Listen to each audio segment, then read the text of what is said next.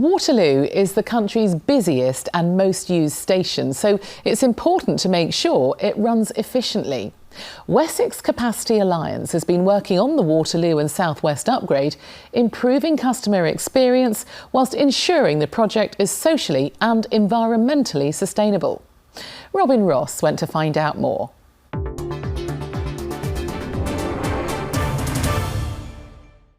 London Waterloo Station, a new modern redevelopment, has given passengers more space and more frequent journeys.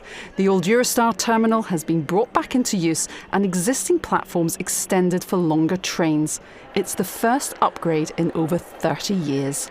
To give you an idea of scale, adding these 5 platforms with the signalling and the frequency of service it allows is like adding Charing Cross Station onto Waterloo. It's massively improved the station, so we've got a spacious new concourse that you can see behind me, which has made the passenger experience here a lot better. And as I said, we've got 30% more capacity on the routes coming into the station. The 4-year project was carried out by the Wessex Capacity Alliance, a team of specialist rail companies working with Network Rail. It won the job to construct the Waterloo and South West upgrade, part of a wider £800 million project by Network Rail.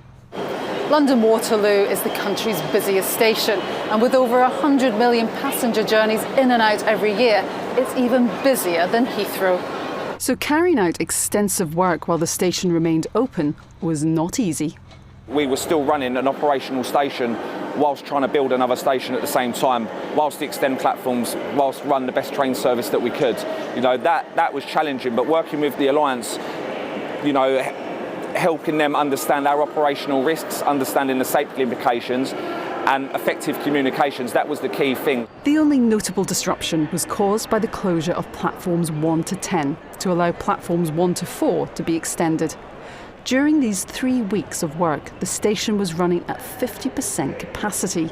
A major publicity campaign appealing for passengers to work from home or find alternative routes led to 20% fewer people using the station.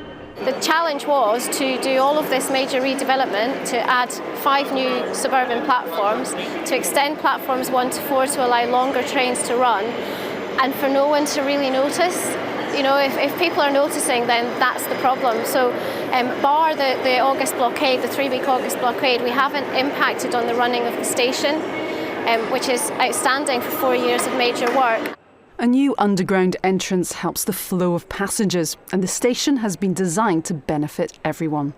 The redevelopment has also seen the number of station staff double and safety improve. With the bigger concourse space, longer platforms, that makes that a lot easier, more of a seamless journey through the station, and also a lot safer to operate as well. Historically, you'd see people walking close to platform edges where platforms were congested. We now have more available platforms, you know, 24 platforms. That is more than sort of any station in the country. You know, we are sort of footprint size bigger than any station in the country. Waterloo Station is in the heart of London, so residents and local businesses were kept informed and out-of-hours disruption kept to a minimum. Sustainability was also important. Skanska aims to reach net zero carbon by 2045.